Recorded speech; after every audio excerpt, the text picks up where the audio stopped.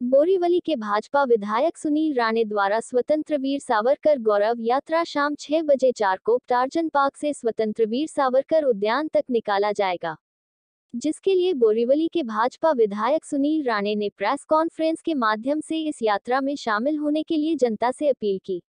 बार बार स्वतंत्रवीर सावरकर का अपमान किए जाने पर यह यात्रा निकाला जा रहा है। भारतीय जनता पार्टी महाराष्ट्र प्रदेश के हमारे सम्माननीय अध्यक्ष श्री चंद्रशेखर बावनकुळे और हमारे महाराष्ट्र के लोकप्रिय मुख्यमंत्री सम्माननीय एकनाथ जी शिंदे और उप मुख्यमंत्री सम्माननीय श्री देवेंद्र जी फडणवीस, इन्होंने पिछले 2 दिन पहले जब प्रेस कॉन्फ्रेंस की थी तब उन्होंने ये कह दिया था कि आने वाले समय में सावरकर जी का अपमान लगातार करने वाले राहुल गांधी, इनके खिलाफ निषेध के कार्यक्रम होंगे और उसके साथ साथ स्वतंत्रवीर सावरकर के उपलब्धियों को, जिन्होंने अपने देश के स्वतंत्रता संग्राम में स्वातंत्र्य वीरों को प्रेरणा देने का काम किया, ऐसे गौरवशाली इतिहास रचने वाले स्वतंत्रवीर सावरकर के सम्मान में एक गौरव यात्रा निकाली जाएगी पूरे महाराष्ट्र में। और वो गौरव यात्रा महाराष्ट्र, मुंबई, अलग अलग जिलाओं में, अलग अलग मंडलों में होगी और उसका सबसे पहला मुंबई का कार्यक्रम आज बोरीवली विधानसभा में शाम को 6 बजे हो रहा है। और ये मैं इसके लिए जाहिर करता हूं कि आज मुंबई शहर में और पूरे महाराष्ट्र में नहीं बल्कि पूरे देश भर में जिस प्रकार के वक्तव्य राहुल गांधी ने किए थे और जहां जहां पे वो सांसद इस नाते जाते थे, चाहे वो भारत जोड़ो यात्रा हो या फिर 2022 का वो उल्लेख हो, तो हर जगह पे उन्होंने सावरकर जी का अपमान किया। हालांकि राजनीति में हमने लगातार ये बातें देखी है कि कांग्रेस सावरकर जी का अपमान लगातार करती रहती है, न बल्कि आज लेकिन पुराने इतिहास के पन्नों में भी लिखा गया है।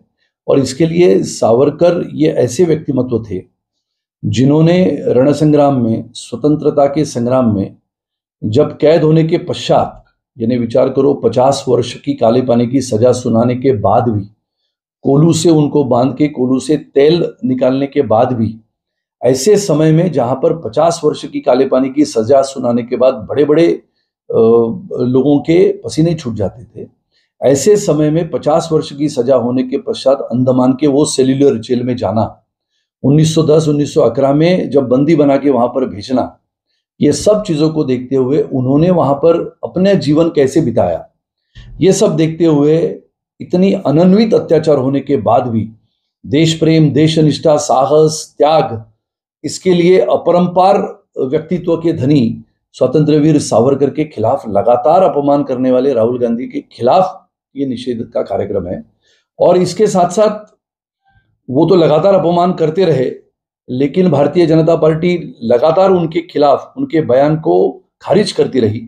और ये समय ऐसा आया है कि जब उनका खुद का सदस्यत्व समाप्त हुआ है, संसद का सदस्यत्व समाप्त होने के पश्चात भी सावरकर जी के ऊपर यह कहना कि मेरा नाम सावरकर नहीं है, मैं माफी नहीं मांगूंगा, तो मेरा ये कहना है कि ये समय ऐसा है कि एक बाजू में आधुनिकता की ओर जाने वाला भारत इतिहास के पन्नों में अपने तेजस्वी प्रतिमा को बरकरार रखते हुए स्वतंत्रता संग्राम के सेनानी ऐसे स्वतंत्रवीर सावरकर, और ऐसे परिस्थितियों में अपने वाणी को लगाम न देने वाले पूर्व सांसद राहुल गांधी, ऐसे समय में ये भारत देखना चाहता है कि स्वतंत्रवीर सावरकर के कर्तृत्व क्या थे, उनके गुण क्या थे, उनकी निस्सीम देशभक्ति क्या थी। और इसके लिए आज का ये कार्यक्रम बोरीवली में है, जिसकी शुरुआत मुंबई भारतीय जनता पार्टी की ओर से हो रही है। इसके लिए मैं सबको, देशभक्त देशप्रेमी नागरिकों को आज के इस बड़े विशाल ऐसी यात्रा में सम्मिलित होने की निमंत्रण देता हूं। लेकिन बीजेपी के बारे में कांग्रेस जो बोल रही है वो कांग्रेस बौखला गई है। आप सबको याद होगा, अगर किसी सांसद को या किसी लोक प्रतिनिधि को 2 साल की सजा अगर हाईकोर्ट में या कोर्ट में सुनाई जाती है तो उसका सदस्यत्व अपात्र हो जाता है या सदस्यत्व रद्द हो जाता है। इसके लिए आप सबको याद होगा 2013 में जब तत्कालीन प्रधानमंत्री श्री मनमोहन सिंह जी के नेतृत्व में जब सरकार थी, तभी एक अध्यादेश आया था, साधारण 2013 की बात है, जिसको वटो हुकुम कहते हैं। उस वटा हुकुम की, अध्यादेश की होली या फाड़ने का कार्यक्रम किसने किया था? तो इन्हीं ने किया था, राहुल गांधी जी ने। तो इन्होंने वो कार्यक्रम करने के बाद अगर वो वटा हुकुम वहां पर मान्य हो जाता, तो मान्य होने के बाद उसमें जो प्रावधान था कि कोई भी जनप्रतिनिधि ऐसे मामलों में फंस जाता है, कोर्ट की सजा होती है, और कोर्ट की सजा होने के बाद उसका संसद या विधानसभा हो या और कहीं पर हो सदस्यत्व अपात्र होता है, तो उसको 3 महीने का समय मिलता है ताकि वो सुप्रीम कोर्ट में जाए, ताकि वो उच्च न्यायालय में जाए और वहां पर अपनी दलील, अपनी वहां पर अर्जी दे कि मेरे हाथों से ये हुआ था, या मैं माफी मांगना चाहता हूं, या फिर आगे चल के इन कागजों के प्रति अगर हम ध्यान दें तो ये पता लगता था कि 3 महीनों का प्रावधान था, लेकिन ये 3 महीनों का प्रावधान रद्द करने का काम भी इसी समय हुआ था जब इनकी सरकार थी। तो इसके लिए भारतीय जनता पार्टी की तानाशाही वगैरह की जो बात है वो सब झूठी है। भारतीय जनता पार्टी सच्चा देशभक्त नागरिकों की पार्टी है, और मैं मानता हूं कि पिछले 9 साल के कार्यकाल में ये देश निश्चित रूप से बलशाली, सामर्थ्यशाली हुआ है। तो ये बात नहीं, आप सबको याद होगा 2019 के इलेक्शन के बाद यही श्री राहुल गांधी ने यह बताया था, सावरकर जी के खिलाफ अपमानजनक शब्द का उपयोग किया था। तो बोरीवली से ही पहली यात्रा निकली थी। सम्माननीय खासदार श्री गोपाल शेट्टी जी के नेतृत्व में स्वातंत्र्यवीर सावरकर उद्यान से लेके स्वातंत्र्यवीर सावरकर का स्मारक जो छत्रपति शिवाजी महाराज मैदान की तरफ है, वहां पर हमने 28 किलोमीटर की यात्रा न थकते न रुकते हुए हमने लगातार 28 किलोमीटर 6 घंटे में पूर्ण की थी। सम्माननीय गोपाल शेट्टी जी, मैं स्वयं और बहुत सारे कार्यकर्ता। तो ये कहना उचित नहीं है कि भारतीय जनता पार्टी चुनाव के बाद भी स्वातंत्र्यवीर सावरकर का मुद्दा आता है तो हम लड़ने के लिए, उतरने के लिए रास्ते पे तैयार होते हैं। एक तरफ ठाकरेगढ़ शिवसेना भाजपा को कह रही है कि चुनाव के वक्त याद आते हैं, दूसरी तरफ जो सावरकर के मुद्दे पर दिल्ली में कांग्रेस बैठक ले रही थी सर्वपक्षीय दलों की, उसमें शिवसेना इन्वॉल्व रही थी, इस भूमिका को किस तरह से? पहली बात ऐसी है कि उद्धव ठाकरे जी का जो गठ है, वो गठ के लोग जितने भी सांसद अभी उनके साथ है, वो उस बैठक में क्यों नहीं गए? उन्होंने मालेगांव की सभा में कहा कि राहुल गांधी अगर ये ऐसे अपमान करते रहेंगे तो हम सहन नहीं करेंगे। सहन नहीं करेंगे ने क्या करेंगे? तो ये देखते रहेंगे। जब 2.5 वर्षों की सरकार थी महाविकास आघाड़ी की, तब शिवसेना तभी की, राष्ट्रवादी और कांग्रेस सरकार में थे, लेकिन तीनों दल के नेताओं ने स्वतंत्रवीर सावरकर के अपमान होने के पश्चात भी एक शब्द नहीं निकाला।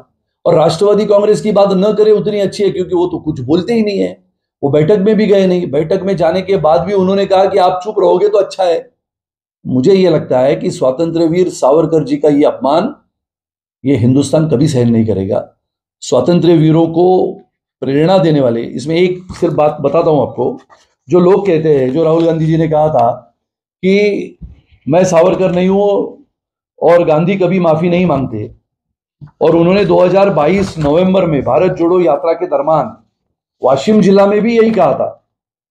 अब ऐसा है कि ये जो पुस्तक है, इस पुस्तक में क्या लिखा है कि ब्रिटिशों के गुलामगिरी में से मुक्त होना और पुनः लड़ाई लड़ना, इसके लिए थोर क्रांतिकारक सचिंद्रनाथ सन्याल का कथन है। और सचिंद्रनाथ सन्याल क्या कहते हैं कि लाहौर कट में उन्हें जन्म टेप की सजा हुई थी, और जन्म टेप की सजा होने के बाद भी वो सावरकर जी के जैसे ही वचन पत्र देके छूट गए। सावरकर जी को छोड़ा नहीं गया। फिर भी उन्होंने फिर से क्रांतिकार्य शुरू किया, और प्रसिद्ध काकोरी कट में पुनः एक बार उनको अटक हुई और उनको जन्म टेप हुई। आपको एक इटली का उदाहरण देता हूं, जो आज इतिहास के पन्नों में बंद है।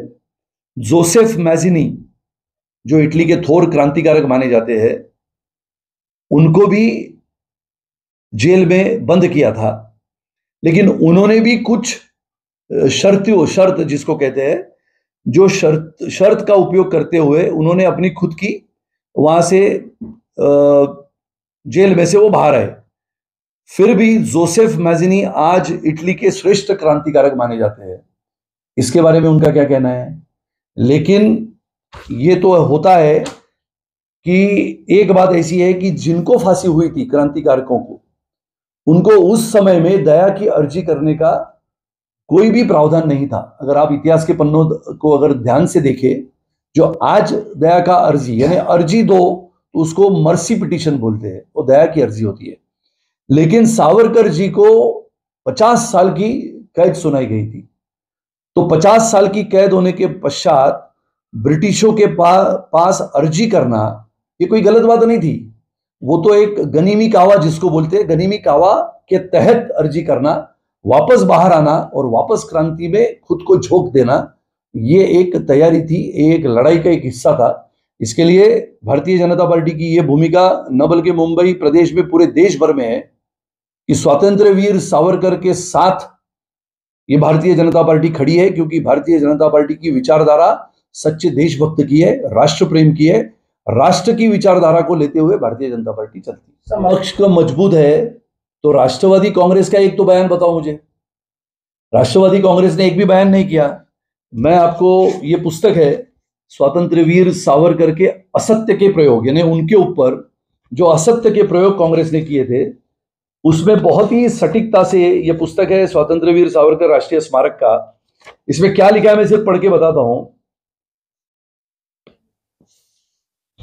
इसमें ऐसा लिखा है कि पंतप्रधान, तत्कालीन पंतप्रधान इंदिरा जी गांधी, इन्होंने 28 मई 1970 इस दिन सावरकर जी के ऊपर उनके जयंती के उपलक्ष्य में सम्मानार्थ पोस्ट का टिकट निकाला था। क्या यह गलत था? तो तब विरोध क्यों कांग्रेस ने नहीं किया?